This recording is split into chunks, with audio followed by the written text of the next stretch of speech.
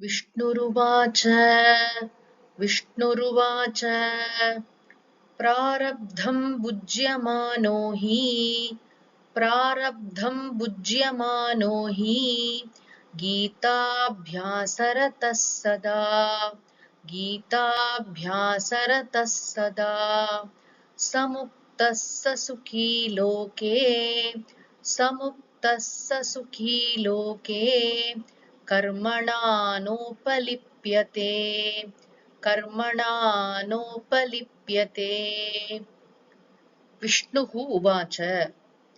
தராதேவி பூமி தேவி கேள்வி கேட்டாள்.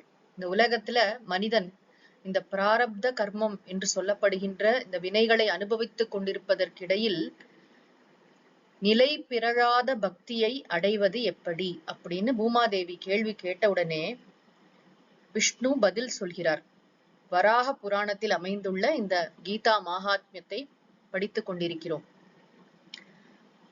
விஷ்ணு என்ன சொல்கிறார்?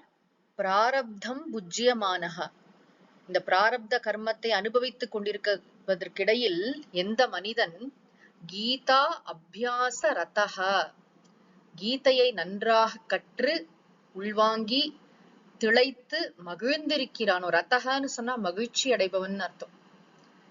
கீதா அபியாச ரதஹ, ஒவ்வொரு நாளும் இந்த பகவத்கீதை அப்படிங்கிற அமிர்தத்தை, இந்த பாலை நாம் பருக வேண்டும். முதல்ல ஸ்லோகங்களை மனப்பாடம் பண்றது, பாராயணம் செய்தல். பாராயணம் செய்ய செய்ய தானாக மனப்பாடம் ஆகும். மனப்பாடம் ஆக ஆக அதன் பிறகு முறையாக நம்ம குரு கிட்ட போய் படிக்கும் பொழுது அந்த ஸ்லோகங்களுக்கெல்லாம் அர்த்தம் புரியும் பொழுது பல முறை, கீதா சாஸ்திரம் ஒரு தடவை படிக்கக்கூடிய கிரந்தம் அல்ல, பல முறை வாழ்நாளின் இறுதி வரை படித்துக் கொண்டே இருக்கக்கூடிய ஒரு அற்புதமான நூல். நவில்தொறும் நூல் நயம் போலும்னு திருவள்ளுவர் சொல்வார் இல்லையா? சுவாமிஜி அவங்களெல்லாம் பார்த்திருக்கோம். அதாவது எத்தனை 30-40 வருஷமா பகவத்கீதை உபன்யாசம் விடாம தொடர்ந்து அதே உற்சாகத்தோட கீதா அபியாச ரதஹா, அதுல ஒரு மகிழ்ச்சி, சதா எப்பொழுதும் அந்த கீதையிலேயே திளைத்திருக்கிறானோ. சஹ முக்தஹ, அவன்தான் முக்தி அடைந்தவன். வாழும் பொழுதே அவன் இந்த வாழ்க்கையின் இன்ப துன்பங்களால் பாதிக்கப்படாதவனாக இருக்கிறான். பிராரப்தம் அப்படிங்கிற வார்த்தையை போட்ட உடனே நம்ம புரிஞ்சுக்கணும், அவனுக்கும் வாழ்க்கையில எல்லா விதமான சூழ்நிலைகளும் இருக்கும். இன்பம் வரும், துன்பம் வரும், நோய் வரும், எல்லா விதமான பிரச்சனைகளையும் இந்த கீதையை கற்பவனும் எதிர்கொள்வான். ஆனா என்ன வித்தியாசம்னா, அத அவன் கொஞ்சம் கூட அது அவனை பாதிக்காது. போயிட்டு இருக்கும், ஆனா அதனால அவன் பெரிதாக பாதிப்பு அடைய மாட்டான். சஹா முக்தஹா கர்மணா ந லிப்பியதே. உபலிப்பியத்தேனா கர்மங்கள் அவனை ஒட்டுவதில்லை. எந்த விதமான கர்மங்களும் அவனை டச் கூட பண்ணாது. எவ்வளவு கஷ்டமான சூழ்நிலையில கூட அவன் ஆனந்தமாக இருப்பான். இந்த ஆனந்தம், இந்த அமைதியான ஆனந்தம் என்பதை அவன் தன் ஸ்வரூபமாக உணர்ந்திருப்பான். ஏன்னா கீதா மாதா அப்படிப்பட்ட ஞானத்தை நமக்கு கொடுப்பாள். நாம உண்மையிலே யாரு என்பதை அவள் விளங்க வைப்பாள். அதற்கு பிறகு அர்ஜுனன் என்ன ஒரு தெளிவோட சொல்கிறானோ, கீதை முடியிற இடத்துல நஷ்டோ மோகன்னு சொல்றான் இல்லையா? அது மாதிரி நாமும் நன்றாக விஷயத்தை புரிந்து கொண்டோம், உள்வாங்கிக் கொண்டோம் என்று சொன்னால் நமக்கு வாழ்க்கையில வர துன்பங்கள்லாம் ஒரு துன்பமாவே தெரியாது. இன்பம் வந்தால் பெரிதாக துள்ள மாட்டோம், துன்பம் வந்தால் துடிக்க மாட்டோம். எப்பொழுதும் மகிழ்ச்சியாக ஆனந்தமாக இருப்போம். நாமும் ஆனந்தமாக இருந்து மற்றவர்களுக்கும் ஆனந்தத்தை வாரி வழங்குவோம். சக சுகி, சுகினா என்ன? இன்பமான மனிதன். இந்த உலகத்துல கீதையை படித்து மகிழ்பவனே இன்பமான மனிதன். இந்த சுக்கிங்கிறது ரொம்ப முக்கியமான ஒரு வார்த்தை. கீதையில பல இடத்துல பகவான் சுகமான மனிதனை பத்தி சொல்வார். யார் ஒருத்த இந்த ஆசை, கோபம் இதோடைய வேகத்தெல்லாம் நன்றாக கட்டுக்குள் வைத்திருக்கிறானோ அவன் இன்பமான மனிதன்.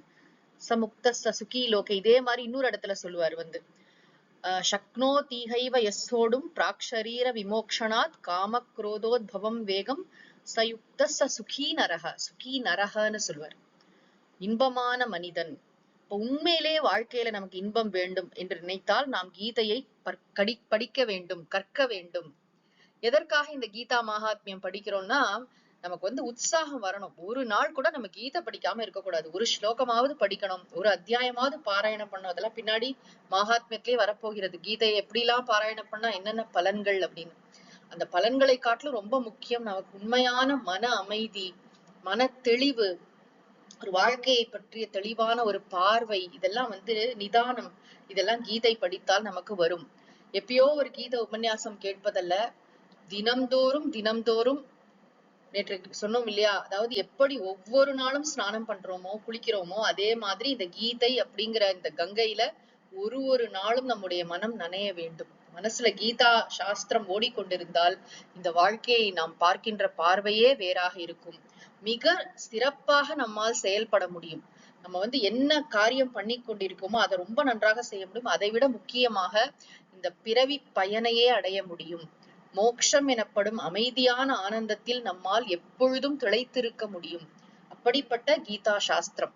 ஆக இந்த ஸ்லோகத்துல பகவான் என்ன சொல்லியிருக்கார் விஷ்ணுவு, இந்த பிராரப்த கர்மத்தை அனுபவித்துக் கொண்டிருக்கின்ற மனிதன் எவன் ஒருவன் கீதையை நன்றாக கற்று மகிழ்கிறானோ, எப்பொழுதும் அதிலேயே தலைச்சிருக்கானோ, அவன் இந்த பிறவி தலையிலிருந்து விடுபட்டவன். முக்தகன விடுபட்டவன், சம்சாரத்திலிருந்து விடுபட்டவன், துன்பத்திலிருந்து விடுபட்டவன், மீண்டும் மீண்டும் பிறந்து இறக்கின்ற இந்த சூழலிலிருந்து விடுபட்டவன்.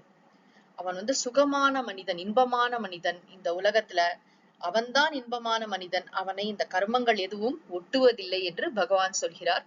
தொடர்ந்து அடுத்த பகுதியில் காண்போம். ஓம் சாந்தி ஷாந்தி ஷாந்திஹி. ஹரிஹி ஓம் தத்சத். ஓம் ஸ்ரீ கிருஷ்ணார்ப்பணமஸ்து.